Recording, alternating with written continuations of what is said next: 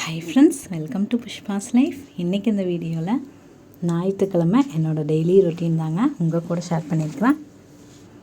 அது கூடவே நம்மளோட பேச்சு அப்படிங்கிறது எவ்வளோ ஒரு முக்கியமான விஷயம் அப்படிங்கிறத பற்றியும் இன்றைக்கி உங்கள் கூட ஷேர் பண்ணிக்க போகிறேங்க.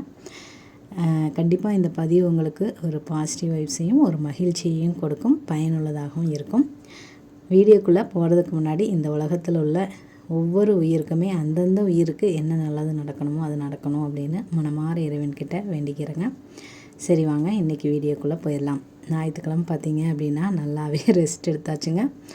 அதனால் சரின்ட்டு காலையில் கொஞ்சம் லேட் ஆயிடுச்சு. ஒரு 7 மணிக்கு மேலே தான் பார்த்திங்கன்னா இன்றைக்கி பார்த்திங்கன்னா எல்லாம் க்ளீன் பண்ணி விட்டுருந்தேன். க்ளீன் பண்ணி விட்டுட்டு வாசல்லாம் தெளித்து விட்டுட்டு அதுக்கப்புறம் தீபம் ஏற்றிக்கலாம் அப்படின்னு தாங்க செஞ்சிட்ருந்தேன்.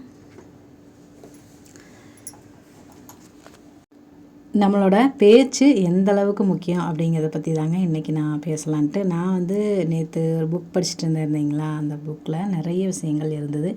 அது நேற்றுமே உங்க கூட ஷேர் பண்ணியிருப்பேன் அப்படின்னு நினைக்கிறேன். அந்த மாதிரி நாம் ஒரு சிலர் நானே பார்த்தீங்க அப்படின்னா என்னோடய முடி மேலே பார்த்திங்கன்னா அவ்வளோ ஒரு ஈடுபாடு அப்படின்னு கூட சொல்லலாம். இப்போ அந்த முடிக்காக ஒரு ஆயில் கூட ரெடி பண்ணி போட்டுட்ருக்கேன் இல்லைங்களா. அது பார்க்கும்போது எப்படா இந்த முடி கருப்பாக மாறும் அப்படிங்கிற மாதிரியான ஒரு ஃபீலிங் இருந்தது.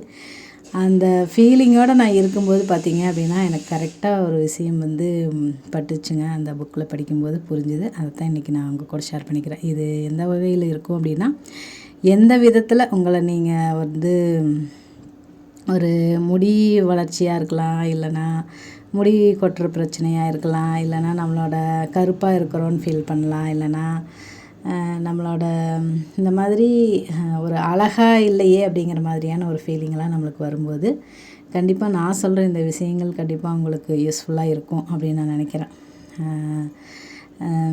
நான் படித்த இந்த விஷயத்தையும் உங்க கூட ஷேர் பண்ணிக்கிறேன். என்ன அப்படின்னா, நாம் எவ்வளவோ விஷயங்களை இப்படி இல்லையே அப்படி இல்லையே நமக்கு கிடச்சிருக்கிற இந்த வாழ்க்கையை மகிழ்ச்சியாக ஏற்றுக்காமல் நிறைய விஷயங்களுக்கு ஃபீல் பண்ணியிருப்போம். ஆனால் இப்போ காந்திஜியும் சரி, ஆப்ரஹாம் லிங்கனும் சரி, நெல்சன் மண்டேலா அந்த மாதிரியெல்லாம் கேள்விப்பட்டிருப்பீங்க அப்படின்னு நினைக்கிறேன். அவங்க முகமெல்லாம் பார்க்குறதுக்கு அவ்வளோ ஒரு அழகாக இருக்காது. ஆனால் அவங்க எப்படி இப்படி ஒரு வெற்றியாளராக எல்லாத்தோட வாழ்க்கையிலையுமே ஒரு பிடிச்சமான ஒரு ஆளாக மாறினாங்க அப்படிங்கிற மாதிரியான ஒரு விஷயத்தை தாங்க சொல்ல போகிறேன்.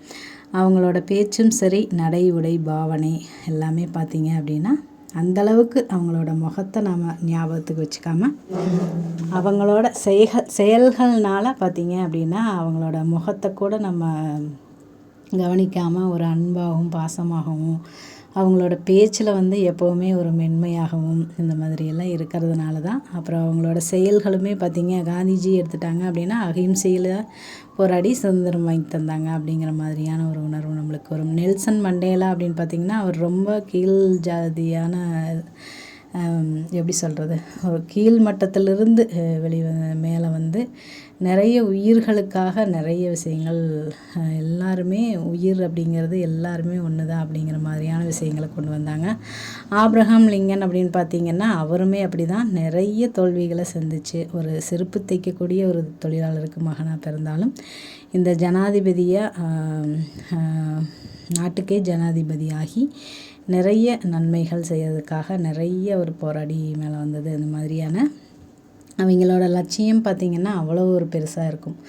அந்த மாதிரி நம்மளோட பேச்சும் சரி, அவங்க எவ்வளவு கடுமையான விமர்சனங்கள் வந்தாலும் அவ்வளோ ஒரு மென்மையான விமர்சனங்களை எதிர்கொண்டிருக்காங்க மென்மையான பேச்சுகள்னால.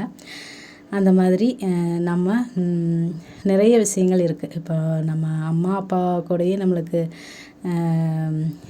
என்ன தான் நம்மளுக்கு அவங்கள ஒரு வாக்குவாதம் கூட வந்தாலும் அவங்களுக்கு நாம் காட்டக்கூடிய அன்பு அப்படிங்கிறது மாறாமல் ஒரு மென்மையான ஒரு விஷயமாக இருக்கலாம். கடைசி வரைக்கும் நம்ம ஒரு வயசான காலத்தில் கூட அவங்களுக்கு ஒரு ஆறுதலான பேச்சு அந்த மாதிரியெல்லாம் கொடுக்கலாம். அவங்களுக்கு நமக்கு அவங்களோட தேவைகள் இல்லை அப்படின்னு இருந்தாலும் கூட ஒரு ஃபோன் பண்ணி பேசி இந்த மாதிரி அவங்களுக்கு எப்படி இருக்கிறாங்க அப்படிங்கிற மாதிரியான அவங்க சந்தோஷம், நிம்மதி, ஒரு அவங்க நல்லா இருந்தாங்க அப்படின்னா அது நம்மளுக்குமே சந்தோஷம் அப்படிங்கிற மாதிரியான சில விஷயங்களை ஷேர் பண்ணலாம்.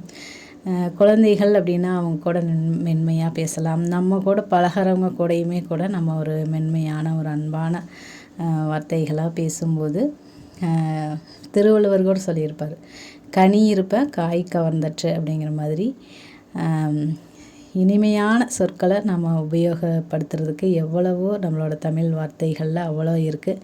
அதையெல்லாம் விட்டுட்டு நம்ம கடுமையான சொல்லோ ஒரு பேச்சோ பேசுகிறது அப்படிங்கிறது பழம் இருக்கும்போது நாம் காயை பறித்து சாப்பிட்ற மாதிரி தான். அந்த மாதிரி திருவள்ளுவர் சொல்லியிருப்பாருங்க.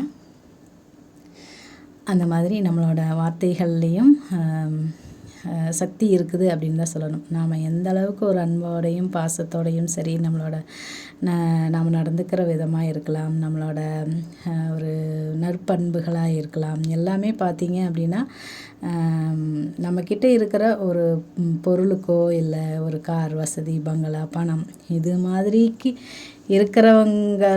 இருக்கிறதுக்காக மற்றவங்க நம்மளை மதிக்கிறாங்க அப்படிங்கிறது எல்லாம் விட நம்மளோட ஒரு பேச்சு, இனிமையான பேச்சு, ஒரு அன்பு, இல்லைன்னா நாம் நடந்துக்கிறது விதம், நம்மளை பார்த்தாவே ஒரு மரியாதை கொடுக்கக்கூடிய விதத்தில் நம்மளோட நடவடிக்கைகள் இந்த மாதிரி சொல்லிகிட்டே போகலாங்க.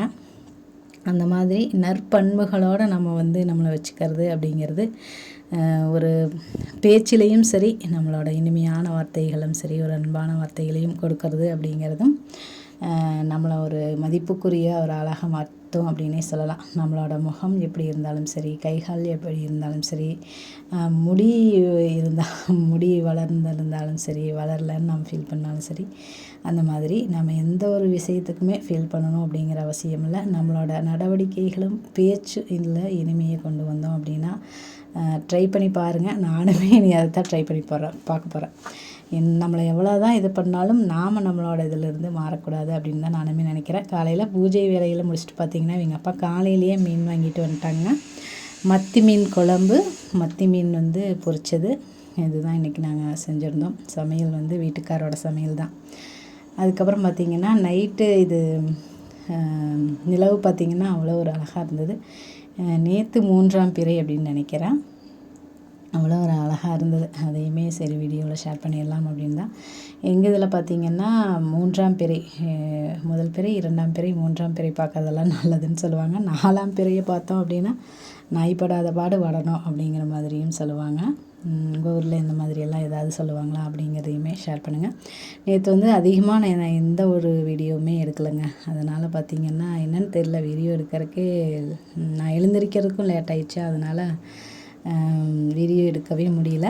அதனால் சின்ன வீடியோ தான் இருக்கும். இந்த வீடியோ உங்களுக்கு பிடிச்சிருக்கும் அப்படின்னு நம்புகிறேன். மீண்டும் ஒரு நல்ல பயனுள்ள பதிவுடன் உங்களை சந்திக்கிறேன். அதுவரை உங்களிடமிருந்து விடைபெறுவது நான் உங்களுடைய அன்புள்ள தோழி புஷ்பா. இந்த வாழ்க்கை நமக்கும் நம்மளை சுற்றி இருக்கிறவங்களுக்கும் மகிழ்ச்சியவே தரட்டுங்க. தேங்க்ஸ் ஃபார் வாட்சிங் ஃப்ரெண்ட்ஸ். தேங்க்யூ.